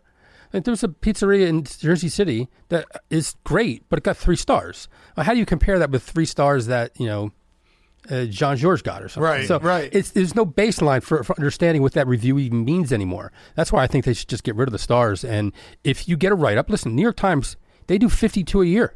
That's it, right? So if you're in there, it should be because this is something that they realize that the readers should know about, right? And they should write about it. Forget about the stars. We go here by the Balls metrics. So we have a guy named Glenny Balls. He reviews every burger place out of a 5-ball scale. Okay. He gave your burger place 4.2 balls. That's pretty good. Oh. That's pretty good. What burger do you have? Hold on, I'll pull it up. Was it the craft burger, but where was it probably? I'm going to pull up the review right now. Glenny is fair, 4.2 is a pretty good score. You should actually. I like that. That's probably this guy. more prestigious than I like this guy. I'm not going to badmouth because I'll lose some balls next. You Yo, you don't want to lose balls. don't want Lose that. balls. It's over. Yeah. People will be Well, pox on your house. What he does is he sits down, he drinks a beer, and then he eats a burger, and then he just kind of rates how he feels while he's doing it. He doesn't even he doesn't diagnose anything about the food. He's just like, this burger makes me feel good. But that's interesting. See, to me, that's what food. That's how you should review food. Yes. Yeah, he's onto something. There's a technical side of it and all that stuff to make sure things are cooked perfectly. Blah blah blah. But how does it make you feel? Yeah. That's legit. So in your opinion, just going based off feel, what is the best food city in America? I think New York is, but I just spent some time in Chicago. I got to say, Chicago's really great. There's some really cool stuff happening there. So, I mean, for me, New York is home, and New York has great food, and especially, like, people think New York and they think Manhattan. You go to Flushing, Queens, you walk down the street, I mean, you can get, like, 100 different things. So, yeah, New York is it. Yeah. I don't think too many cities go as deep as we go, from the high end to the low end. Right. I'm looking. Do you recognize? It looks like he did the review in a parking lot. Is that near one of your restaurants? And I have no idea. Okay. I have no idea where that came. He's literally doing that's it. probably most likely in Garden City, Long Island. I think he's a Long Island guy. Yeah, it's Garden City. So he's doing it on the hood of his car. Right. I like it. So we have a restaurant in Garden City called Small Batch, and so that's what he's. Yeah, I love it. Yeah, that's good. We the have ball system. Comes off a wood burning grill, so it's got some smoky flavor to it. I'm looking at it right now. I'm gonna try to get him in here and see if we can confirm it. He'll definitely remember. Yeah. If it's in a parking lot, that's the only restaurant we have that has a parking lot attached to it. So yeah, it's gotta be he it. loves to do reviews in the parking lot. That's actually like a perfect thing. Is like that. Glenny Ball put up a plaque inside. Glenny Balls gave us 4.2 balls. Yes. I mean, that's people would be flocking to it. So I got a question for you. It's like a sports question. I don't watch a whole lot of sports. College basketball. I'm a Carolina fan. How bad was that call? Which one? The Manic? Yeah. How bad was that call? It was and it wasn't. Here's the problem with college basketball is they make the rules. It's very similar to college football, where like targeting rules. Right. By the letter of the law, if you go elbow to face, they're going to have to review it no matter what. Okay. So it's like one of those things that it's the system, not exactly the refs on the court are making that call, and I don't think it's. But then they're reviewing the call. Yeah, they're reviewing the call. But to me, that was a basketball move. Yeah. And so he went to box out. Right. It was high. But also look at his reaction when he turned around and saw the guy on the ground. Right. He went there. He was shocked that he hit him. It's very similar to targeting in college football, where if a guy moves at the last second and you hit him with your helmet, and it's like there was no intention of it. Right. But by the letter of the law, elbow to head. Yeah, that's what I it see is. flagrant one. Yeah. I don't see flagrant two I there. agree with you, and it almost cost them, but they survived. They did. That's one of those ones that, like, thank God that UNC ended up winning, because otherwise it would have been a shitstorm. That would have been what we talk about. Yeah. We actually have Glenny Balls. He's here in the Glenny flesh Balls, right what's up, now. man? How you doing, bro? Do you know Chef Tom Colicchio? Oh, yeah, Chef Tom Colicchio. Yes, Yeah. yeah. How you doing? Yes. We were talking about your score of his burger Yes, joint. at Roosevelt Field. Roosevelt Field, yeah. Long Yeah, Island, that was great. Small batch. So you batch, gave it a 4.2. You think maybe we could go get it up a little? Well, sure. I mean, there's always ways to improve. I mean, I like classically smashed burgers like Big Macs or whatnot. Like I like elevated Big Macs. That's what I always say. It's my favorite burger. Like an elevated Big Mac. All right, so maybe that's not you. Small that's batch is a very nice place. Yeah. Yeah. But it's no McDonald's, Okay. but it's pretty good. It's pretty good. We don't have the golden arches, but you know. What has anyone gotten a five balls? The highest I go is like 4.8, I think. 4.8. Okay, so 4.2 is not bad. Yeah. No, good. no, No, small batch 4.2 is good. it was very good from what I remember. Okay. That was probably 2 years ago. What kind of too. 4.8? Around here, Pizza Loves Emily. You ever have that? No, I haven't. So Pizza Loves Emily is like probably a top 5 burger in the city. Everyone loves it, but they also have like their sister restaurant in Brooklyn. It's called Emmy Squared, and they have on the That's a menu. pizza place. I It's know called that It's place. called Yeah. Lay Big Matt, and it's Yeah. like their elevated Big Mac. It's like a nice. $26 burger. Yeah. It's awesome. So- That's so probably one of my favorites. What could Chef do to elevate his burger to maybe like 4.3, 4.4? You guys looking Did you at me ever tell think Tom you're- Colicchio how to make You ever think burger you're right going to now? be reviewed by critic. Glenny Balls? I'm well aware of who Tom Colicchio is. And I should be telling Tom Colicchio how to make a burger. Maybe put some special sauce. I need special sauce. If I were to make my dream burger, it would be a nice sesame seed bun, 2 smashed patties, American cheese, shredded lettuce, some sort of special sauce. What's your special That's literally sauce? a Big Mac. My special sauce, I would do like some yellow mustard. What's like Fast Times a at little Ridgemont mayo, High? yellow Fast Times mustard at Ridgemont High. relish. Come on. What's your special sauce? Mayo, yellow mustard relish. That's what I'm saying. Like elevated Big Macs. Okay. Well, no, what you just described was just a Big Mac. Yeah, Big Mac. Thank you, Balls. Big Mac with better ingredients. Yes. Okay. Appreciate it, Balls. Thanks, guys. Thank you, Balls. Take care. Yes.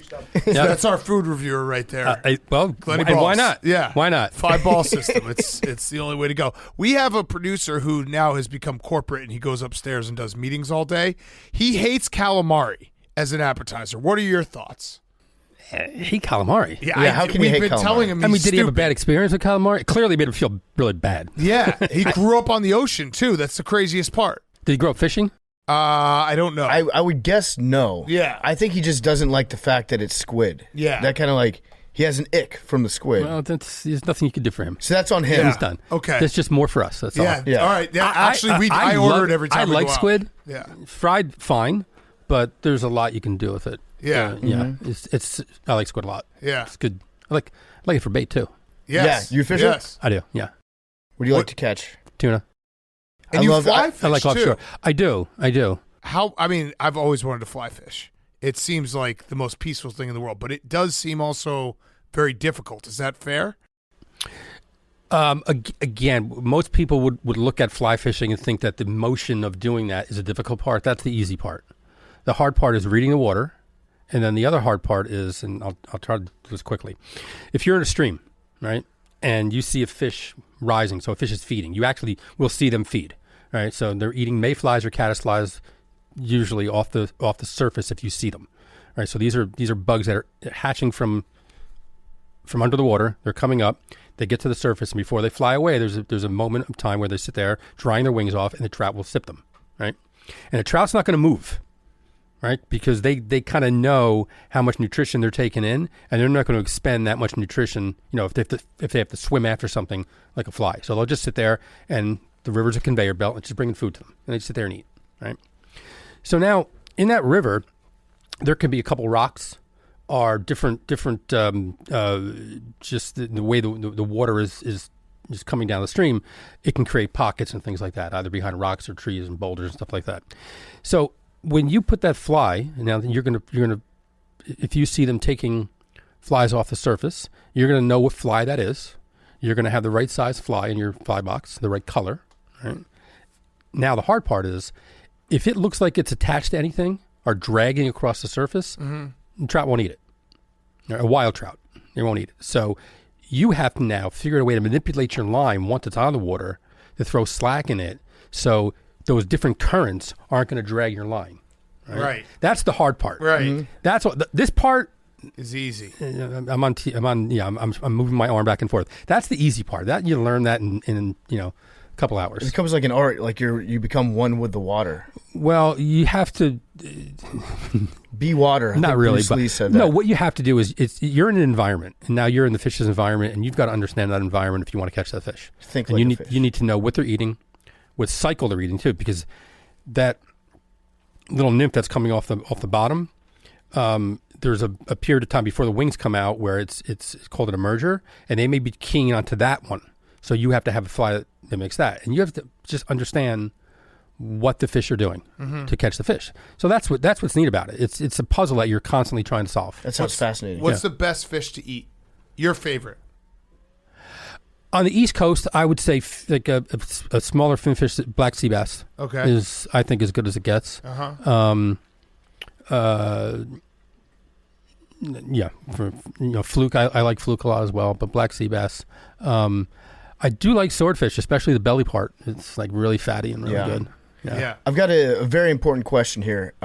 We've been having this debate on this podcast for probably 5 years, maybe It's not 6 a years debate. now. It's a Well, I'm fact. not going to say any indication as to who is on what side of this. Okay. But if you go to a nice steakhouse, maybe to your steakhouse, medium rare plus, is that an actual temperature that you can order a steak cooked? And if so, is the medium rare plus honored by the kitchen? I've waded into this debate on social media because there are some people think there's no such. I think you can.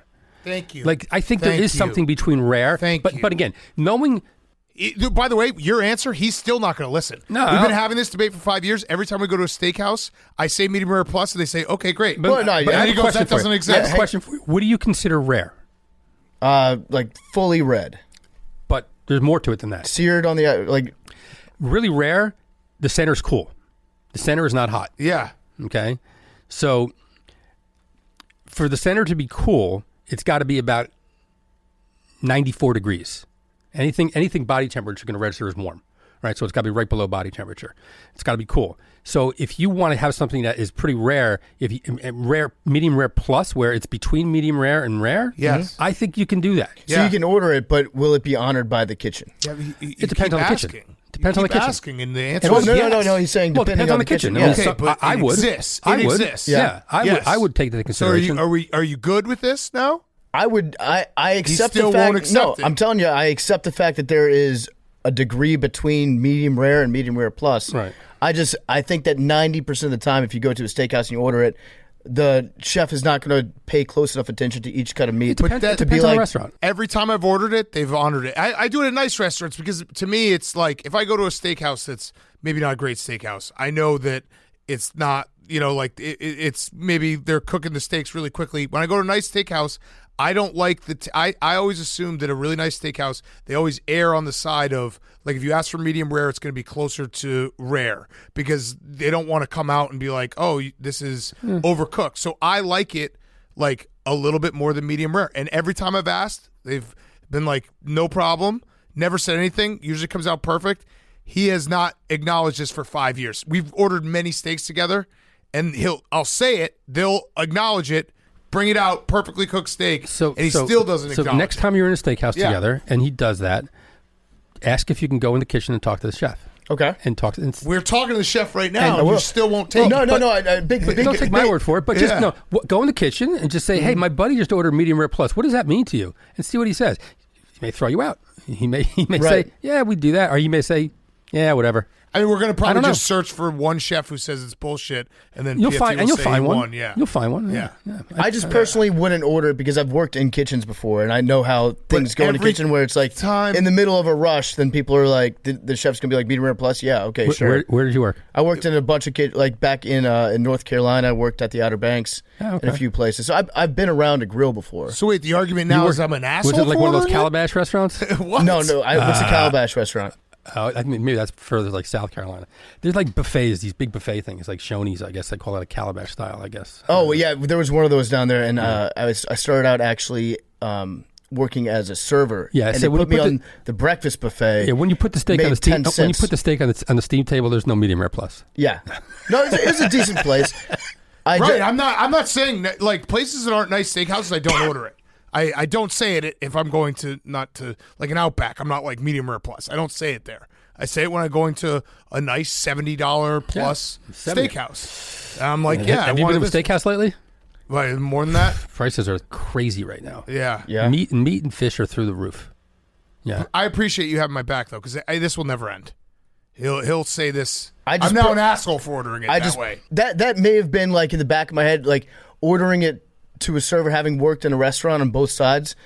If I hear medium rare plus, I'm just like, oh, okay. I tell you, one of the best movies I've ever seen in a steakhouse. It's real. It's a real thing. We've confirmed it 1,000 times. No, it's real. It's real. Yeah. I was in the steakhouse in Miami. What's that one famous one down there? I'm forgetting what it was. Anyway, it was like during the Food and Wine Festival. I'm with my publicist. We're having this. I ordered a steak. It was like a porterhouse, and the place was mobbed. It took a long time for the steak to come out. I'm fine. We're drinking wine, whatever, and the steak comes out. It's medium well. I ordered medium rare. I'm like, I can't be that guy. I can't be that dick to send it back. Like, he knows, like, I'm in the restaurant. So I don't say anything. Waiter comes by. He looks down. He goes, he just looked. He took a step back, came back in, and goes, you ordered this medium rare. I said, yeah. He goes, it's like medium well. I'm like, yeah, no. He goes, let me take it back. I'm like, no. He goes, and he just took it. That's great service. Yeah, it was great service. Yeah. Mm-hmm. I didn't have to be that guy. Right. And yeah, that was great. I would imagine that when you go to a restaurant, you usually get like the red carpet rolled out for you. If they notice you in there, they're like, we can't serve this guy a bad dish. Yeah, I usually, get taken care of. Yeah. That's nice. How It is weird? How weird are chefs in general in Weird? terms of people? Because I feel like I know a couple of chefs. I have friends. They live on like a different world because they're working nights, they're working weekends, holidays, all those things. Do you think you have to be wired differently to be a chef? I think if you actually sort of really did a study, you'd find that a probably a greater percentage than the regular population has ADHD. Really? Yeah, I Interesting. would think so. And is that almost an asset when you're a chef, or is that? I think it is when you're, because the part of ADHD is being hyper focused too. Right. And so I think it's sometimes with that hyper, when you're hyper focused, that actually can be an advantage. But also, if you need to be in a situation where there's constant stuff coming at you and you need that stimulus, working in the kitchen's that, especially during service. Mm-hmm. Yeah, I mean, I could, when I was coming up, as a cook, I could, cook 20 things at a time because it just felt right. I mean, it just felt comfortable. I was in my zone. That was it. And I wasn't diagnosed back then, but my children have all been clinically diagnosed, and I see a lot of what they do, and some of the it's a rush issues that I had. when you're in that when you're in a groove zone great. where it's like a 2-hour rush for dinner. Everything's happening at once. It's almost like you don't even feel the time passing by. No, and when it's a good service, it's a good service. If it's a bad service, well, you know it, and it happens. And when that happens, like a bad service, is it very deflating feeling, or is there like something afterwards where you get together with everyone like, hey, we fucked this up? Usually it's one person on the team that just, they're not ready, they're not prepped up, and things just go bad. Or sometimes what happens is, again, if kitchen set up the way my kitchen set up, where there's a meat side and a fish side, and one night just meat, like 90% of the orders are meat orders, right? Things get bad. Yeah, it gets off balance. But that's where you need a good wait staff when you start to see that happen. So you got to start selling some fish. Yeah, you have to like stop selling meat. That's interesting. Yeah. So when you ask, what do you recommend? It's if you're at a really nice restaurant, it's probably because they want to even it out. Well, no, a lot of times it's what the waiters like. Yeah, I mean, or waiters most have personal, expensive. I always assume that. No, it's not that. No, waiters will recommend what they like. Because we our waiters taste our food. In fact, we have a program where our staff can come in. We give vouchers, so it's highly discounted. They can come in, but they have to write a review. Mm-hmm. And so they eat the food. They know what they like. What about like if the halibut is just like a day away from being no longer usable? Do you tell people, hey, push the halibut tonight? Let's get rid of it. No, the way we purchase food is so tight that we are typically not in that position. I've always heard don't eat seafood on Mondays. Is that no longer true? No, that was never true. That was a whole Bourdain thing that was in his book. Oh, that's where it started? That's where it started. Yeah. Okay. And I love Anthony to death, but the restaurant that he worked in wasn't the. And he admitted. I mean, when he was living, he would admit to that. Like, this is what I did. And in fact, in that book, at the very end, he said these are the chefs that are getting it right, that aren't doing these things that he was talking about in the book, and I was one of them. Oh, wow. Okay, but that's not a universal thing. No, I think busted. It depends on the restaurant. Yes, there are plenty of restaurants that do that. Yeah, I mean that's a special. Mm-hmm. Yeah. Right. Yep. Where, but we number one, the stuff that we're buying is typically more expensive than because you could buy tuna for $4 a pound or tuna for $20 a pound. I'll buy the stuff for $20 a pound, and it's not because I don't know the difference. I know the difference. That's why I'm spending more for it. Right. But that's why food in one restaurant's more expensive than in another restaurant. They're just buying higher quality ingredients. Yeah. What about the hats? They're weird, right? Yeah, we don't do. Yeah. Well, the Board of Health makes you wear a hat. Really? But you can wear baseball caps. So, was there ever a time where you wore the traditional chef hat? No. Okay. No. Because that always seemed a little weird to me. Well, again, it was a way to keep. Originally, what it was in Scoffier, when he, created the brigade system, the taller the hat, the better position you had. There was a reason for it. Yeah, I like that. Yeah. Okay, so maybe I'm down with the hats coming back. I can change that quickly. Yeah, we don't like that. Especially they were like paper. They were horrible. Yeah. You've got a nice assortment of vacation hats, though. Whenever you show up somewhere remotely on Top Chef, I notice you always have like a fun hat on. Yeah, I don't get them though. I don't. I think I have one. Oh, really? So you don't buy those yourself? They're just like, we're in Italy, we're going to put this hat on top. Production. Those hats. Yeah. No. Those. No, those are mine. Those are mine now. Mm-hmm. I have a stylist on the show, and she just does great work. Yeah. I just always laugh at that because I'm kind of the same way. If I go on a vacation, I'm like, you know what? I'm gonna buy a fun hat. Yeah. All right. So I had one last question. It's the Roback question. Go to roback.com. Use code TAKE. You get 20% off. We have some Rhoback gear for you if you'd like it. RHOBACK.com. And a reminder, Chef's NFT project is out now. So by the time this comes out, it will be out. It is, you go www.chftypizzas.com. So do that and check it out. Right. Sounds like a very cool Or you can go to experience. OpenSeas. OpenSeas and just, go right to OpenSeas. Yeah, so that's perfect. So people should check that out. It seems like a very, very cool project that's not trying to, make you spend thousands and thousands of dollars.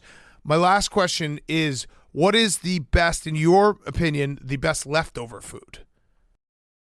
Oh, God. Either Thai, Chinese, cold in front of the refrigerator in the morning. It doesn't get any better than that, right? Mm-hmm. Yeah. Our cold pizza? Yeah. I guess a lot of these questions are do you know stuff we don't know? But that is a very, probably everyone knows that.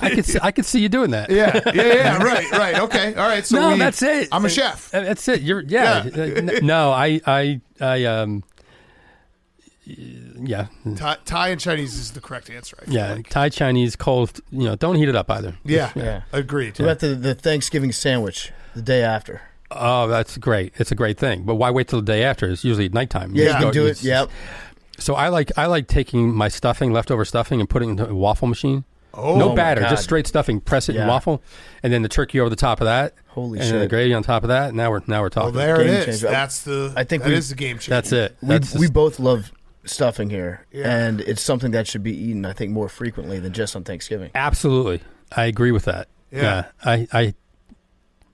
I should look up my stuffing recipe and use that. Okay. It's a good one. The stuffing waffle. It's a good one. Done. The stuffing waffle, you make the stuffing first, and the stuffing waffle, you take the stuffing and just put it in the waffle maker and just that sounds give it a good amazing. press. I love it. I think you just changed my life. It heats it up, and it's also great like that, and a fried egg over the top for breakfast. Mm-hmm. There it is. It's pretty good stuff. That's good leftover. We appreciate you coming by. We are big fans, and we'll try to get Glennie to come back out, maybe up that balls. I don't know. It sounds like we're balling there. 4-2 sounds like it's good. 4-2's good. I'd like Maybe to see more at a 4-5. Yeah, maybe just ditch the fancy cheese and just put a slice of Kraft on there. I think that's what it sounds like. We should actually just maybe. Yeah, we should get you there when he's going, and you can just serve him literally a Big Mac. Yeah, and he will be blown away. 5 balls, easy. This is we can recreate it down to the sesame seed bun. Is that a Big Mac? I don't know. He described exactly a Big Mac. Yeah. But thanks so much, Chef. Cool. Thanks. Chef Tom Colicchio is brought to you by HelloFresh. HelloFresh delivers pre-portioned ingredients to your door so you get convenience without skimping on quality. Skip the trip to the grocery store and don't waste money on excess food. You can try their limited time recipes. They've got beef tenderloin and cheese fondue, or they have miso sesame shrimp and bacon ramen. That sounds delicious. I'll be looking for those HelloFresh meals at my doorstep. HelloFresh offers the flexibility you need to easily customize your order online or in the app. You can easily change your delivery day, your food preference, and plan size, or you can skip a week whenever you need to. Customize your favorite dishes with their new Hello Custom offerings by swapping out one protein or side for another, upgrading for a more deluxe experience, or even adding protein to a veggie meal. HelloFresh cuts back on time spent in the kitchen with your meals ready in around 30 minutes or less. Plus, it's just great to be able to cook at the end of the day. It's a nice stress reliever sometimes, but you don't want to spend all your time in the kitchen preparing the food or cleaning up. We love HelloFresh. They sent me a nice little pork tenderloin, made that up in about 25 minutes. Felt like it was a gourmet dish. It was delicious. HelloFresh has fresh ingredients. They've got delicious recipes, the best recipes in the business. Plus, you get the satisfaction of eating a home-cooked meal. And it saves you time, saves you money. This is a great, great plan that they have. You can go to HelloFresh.com/PMT16. Use promo code PMT16 for up to 16 free meals and 3 free gifts. Yeah, you heard me right. 16 free meals and 3 free gifts. Go to HelloFresh.com/PMT16 and use promo code PMT16. All right, let's wrap up. We got Fyre Fest. We are taping this in the afternoon, so whatever you heard at the beginning of the show, we don't know. We don't know the future as of right now. But Hank, what is your Fyre Fest as of 3 o'clock on Thursday afternoon. Well, I was gonna say my Fyre Fest is Big Cat hates me because he lost the game of the year, but my Fyre Fest is you quit your job because I embarrassed you so much after Coach K fucked you in the face, you suit. My Fyre Fest is that I'm the only one in the studio right now because Hank and Big Cat have killed each other. I think we all know what your Fyre Fest is, PFT. But my real Fyre Fest is that I left my fucking fridge. Speaking of HelloFresh, I'm a big fan. I use them all the time. Cook up great meals. They do great stuff. I left my fridge a crack open when I left for Chicago. So I came home and my apartment smelled like shit, and all the food that was in there was ruined, and I had to start from fresh. Didn't get anything else yet. Like, I haven't gone grocery shopping, and I'm like sick today, and I just had like no food. So that's my Fyre Fest. The spoiled food. Spoiled food smell. When we went to LA for the Super Bowl, like, someone sent me some stuff to the office, and I don't know why no one on the box read like perishable, must refrigerate. But when I got back, it was just like a box of meat next to my desk that smelled so bad.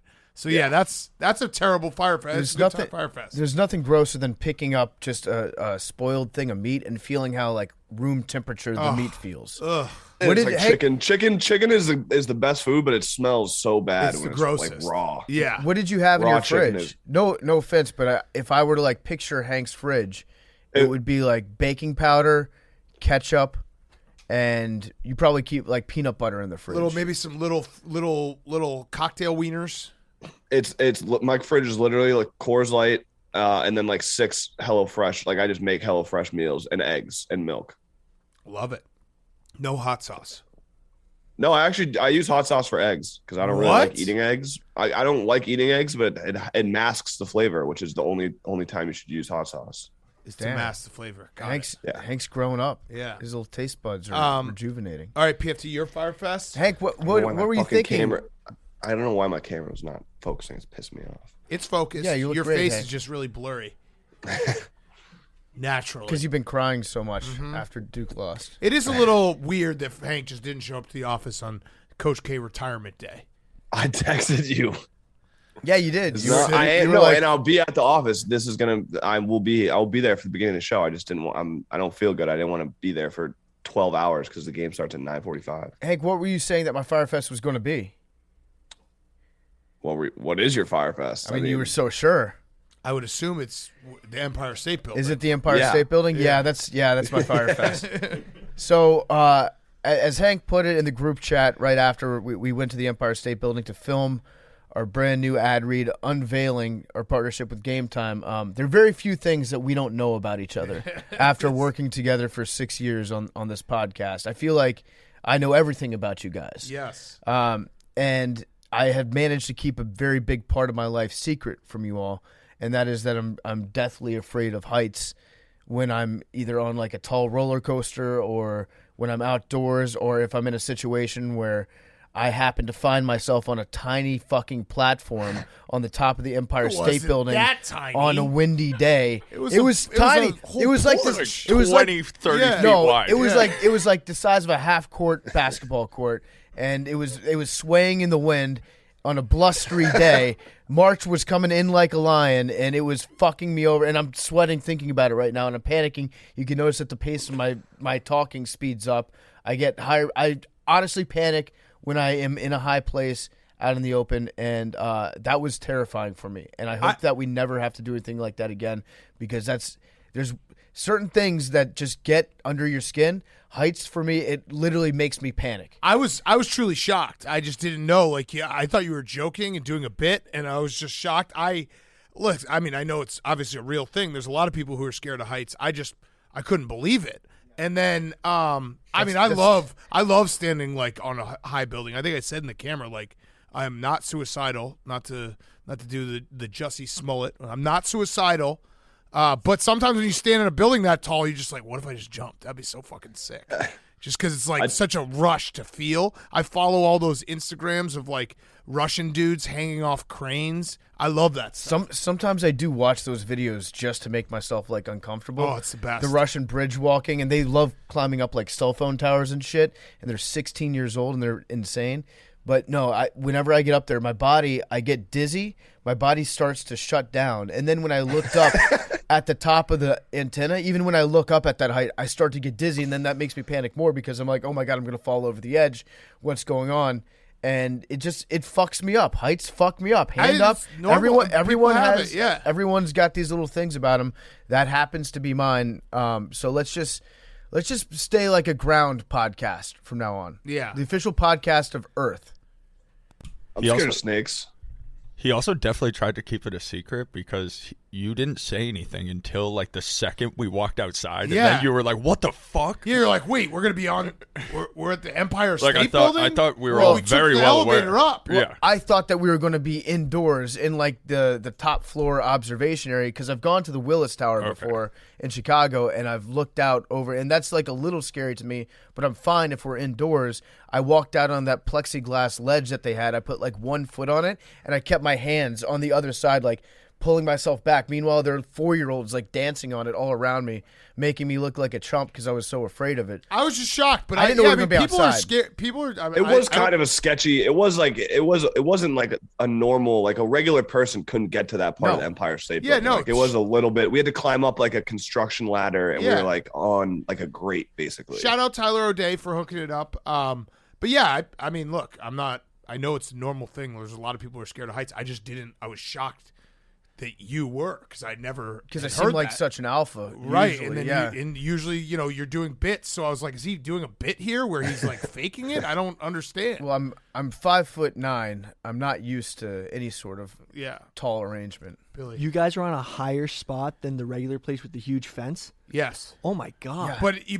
but it wasn't. If you had fallen off where we were, you would have fallen like 5 feet to like a ledge that was just sitting there. I don't think that's true. I looked. But what if you hit a strong wind? Yeah, strong. Exactly, Billy. If there was a strong wind, then another 5 feet down was actually the entire observations deck with the high fence. Was there a so there was fence? literally I almost no died. way. No, I almost. It was impossible for you to die from where we were standing. You couldn't jump far enough out to get out there. I'm a pretty good leaper. Jesus. It was not that.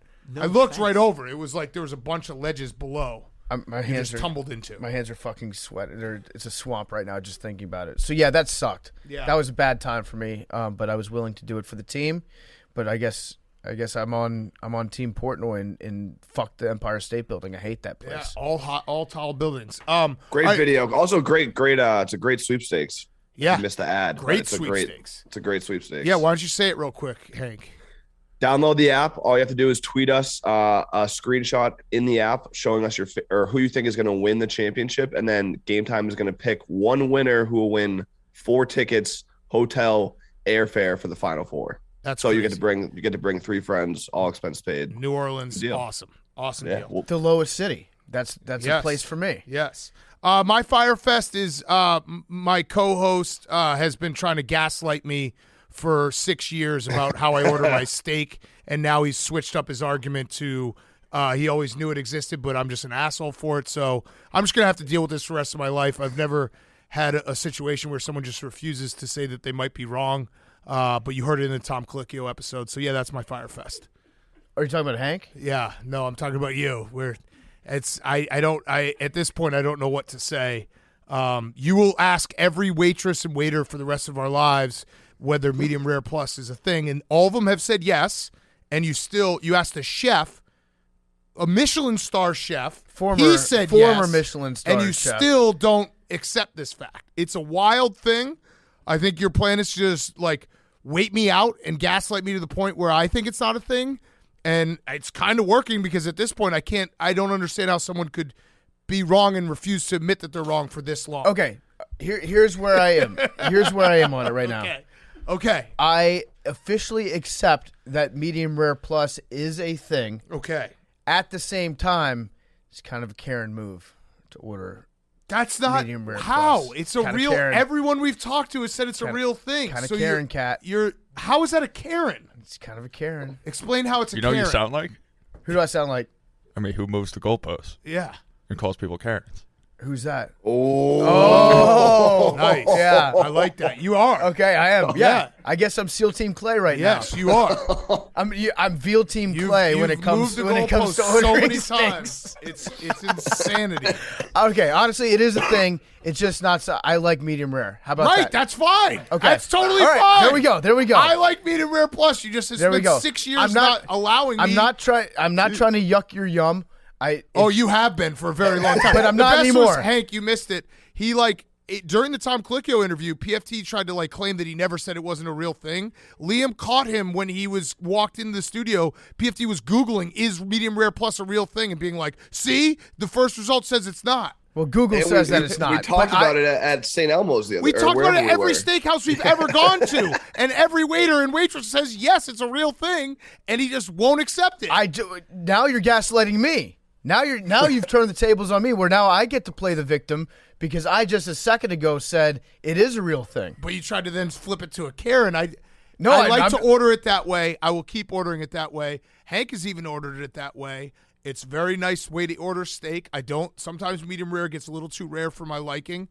And let me live, man. Let me live. You can order it I will however say, you order it I however you was like. I was on PFT's. I was kind of with them for a while. Like it's a ridiculous order, but over the course of time, because so many people have said it. Yeah, I've we've literally acknowledged. I've acknowledged its existence. We've polled every Yes. steakhouse we've ever been to. And I they've all acknowledge its affirmatively existence. said yes. I acknowledge its existence as well. I personally prefer medium rare steak. That's totally fine. I have never. You should order your steak however you want to order it. I'll order it how I want to order it. Rare plus. Now, does it go like rare plus? See here, he doesn't believe it. I do believe it. I know. I'm just curious. I know. I'm curious Because to I know know the question. You're like, does it go minus? No, I'm not saying that. Is there a medium plus? Is there a medium well plus? Sure. I don't care how anyone orders their steak. Yeah. It's a spectrum. It's totally fine by me. Okay. Well, then we're all in agreement. You can order your steak But you still think I'm a Karen, so no. You can order it however you like it. I'm not going to yuck anyone's yum. Oh, man, I can't wait till we go to the next place and be like, hey, just as an aside, is it really a thing? You know what yes, I'm going to do? it is. I'm gonna okay, well, this place, I can't trust them. I'm going to bribe the waiter before we sit down. Tom Colicchio saying, yes, it's a real thing, and PFT still being like, well, like, guys spent his whole life in a kitchen. Well, he did say, if you notice how he answered, he goes, yes, it is, but he had and then you jumped on, you're like, see? Yeah. But we didn't let him get his butt out. I never do it at bad steak restaurants. And I'll say that I've said that from the first time. If you go to a shitty steak place, I don't order it that way because they probably won't order it that way. They won't acknowledge it. A nice steak restaurant always acknowledges that. You can order yours medium rare plus. I'll get mine medium rare, and we'll both be happy. I think I'll be happier than you. I'm happier than you. I'm happy you'll be upset about it because I was right. Because in the back of your head, 6 years. when Big Cat says medium rare plus, he's going to be thinking that I'm angry at him. No, and you're going to get pre-mad before I say it. You're already pre-mad about me not saying anything. I've known you've judged me every time, and what have I done? I've ordered it the same way every time. I've enjoyed it every time. Not judging, but you're already pre-mad about it. No.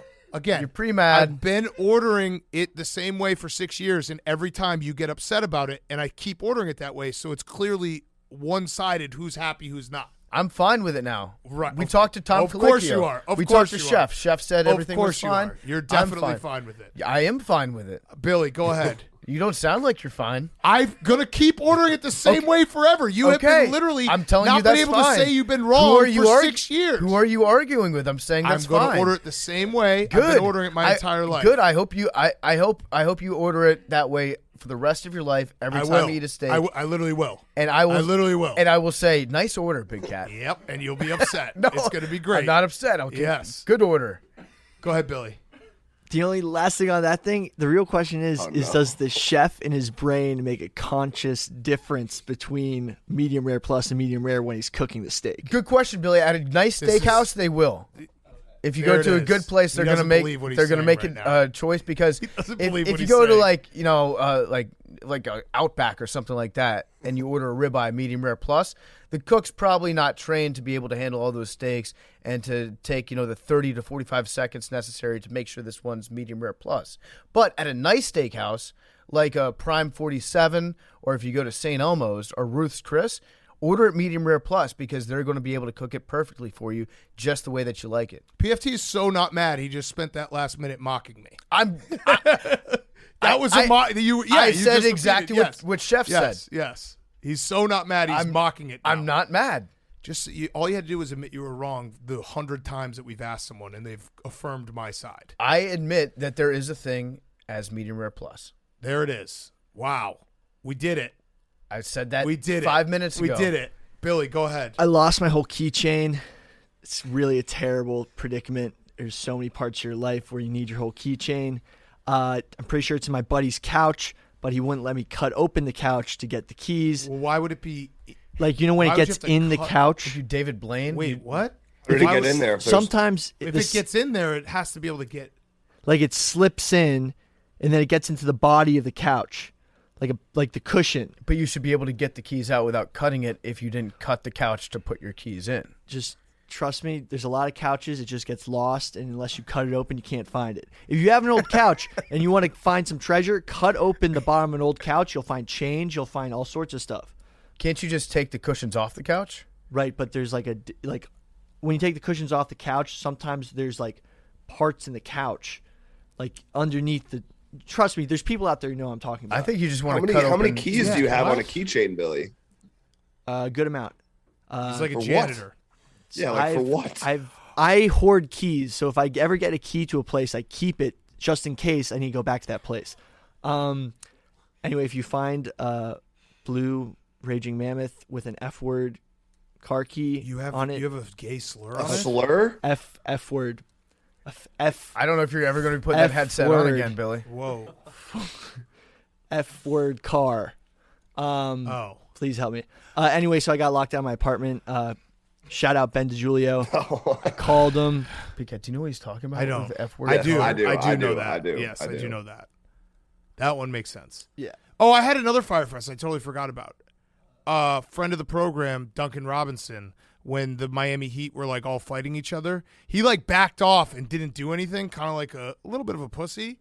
I don't know if that's maybe like his schooling or what, but I think like when there's a fight going on, you should probably get involved in some way. No, that's the podcast. Yeah. For them. If you're a podcaster, you're taught at a young age. Yeah, right. If there's a fight nearby, Yeah. just kind of stand back and then look away from the just fight finish as your it's Guinness. happening. Right. Yeah. Exactly. Live to see another day. Anyway, shout out Ben DiGiulio. I had to break into my apartment, and it totally looked like I was climbing up the fire escape and like breaking into a window, and I didn't get arrested. So shout out Ben DiGiulio for watching. Wait, why would you? Because you're breaking in another house? To my house. Got it. But if you see someone like opening up a window, climbing up the fire escape, think that's that's- not a good look. Is that some of your privilege showing that you were able to do that? Well, no, I called Ben DiGiulio to just stand outside to explain the Is that situation. why you called me? Yes. Yeah. Oh my God. Okay, Jake, your Fyre Fest.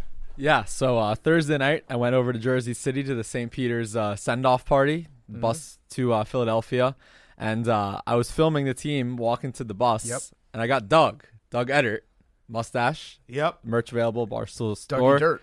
Yeah, and I was like, good luck, Doug, and he just ignored me. I tweeted out the video because I thought he truly ignored me, and it turned out he had headphones on, and then he responded saying, I'm very humble, like I had headphones on, I'm sorry. So I feel bad that he feels bad. Got it. Yeah. You put him in a bad I spot. put him in a bad spot unintentionally. Yeah. When this is the biggest moment of Did his he have life so headphones far. in? That's what he says. Yeah. He was wearing right, he was wearing a hoodie. Do you think he did? I believe him. I'll take him for his word. Do you think that it was inappropriate from a journalistic integrity standpoint to wish a player good luck like you're rooting for them? Like I said, I self-suspended myself until 7 p.m. tonight. Okay, because there was a big brouhaha down in Baton Rouge earlier this week. Did you see that? I did With see the Big that. J telling students that it's inappropriate to say thank you for a fun season Yes. to the players after they lose. That to me, it made me nauseous seeing you wish a team good luck. I'm sorry to let you down. You got to be impartial, Jake. I can wish both teams good luck. Well, did If I saw you? Zach Equal Edey, luck? if I saw Zach Edey, I'd say good luck. Okay, right now, tell Zach Edey good luck. Good luck, Zach. Okay. Okay. All right, now we're even. Not the walk-on though that you got in a No, little fuck that kid. war with on Yeah. in Wisconsin. Yeah. Yeah, fuck that kid. Yeah. Bubba, was something. you got anything? Okay. I'm all Memes, good. you good? Memes just happy. Make your free throws. All right. Numbers? 100. I for can't. Coach K. Hank, 57. Coach K's done. 100. No, it's a. Why don't you go 99 for his 25. career Yeah, wins in the NCAA I'll go tournament? 99. Okay. Yeah, this could be an all-time backfire in my face. 57. Meme says 3.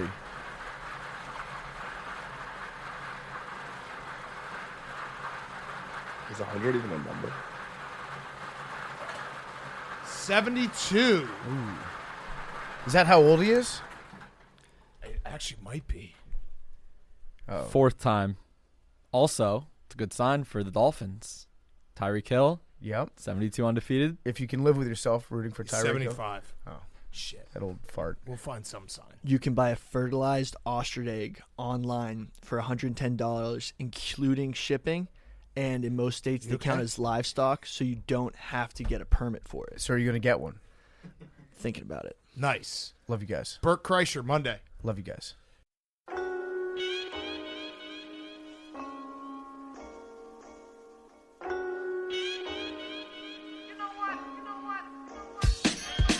Talking away. Well, I don't know what I'm to say. I'll say it anyway. Today's another day to find you shying away. Oh, I'll be coming for your love, okay? Shying away. Oh, I'll be coming for your love, okay? Take on me. Take me on. I'll be gone in a day or two. Needless to say, I'm on sentence, but I'm eased stolen away. Slowly learning that life is okay. Say unto me, oh, it's no better to be safe than sorry. Say unto me, oh, it's no better to be safe than sorry. Take on me. Take me on. I'll be gone in a day or two. All the things that you say, yeah, is it liable just to play my worries away? You're all the things I've got to remember. You're shying away. Oh, I'll be coming for you anyway. You're shying away. Oh, I'll be coming for you anyway. Take on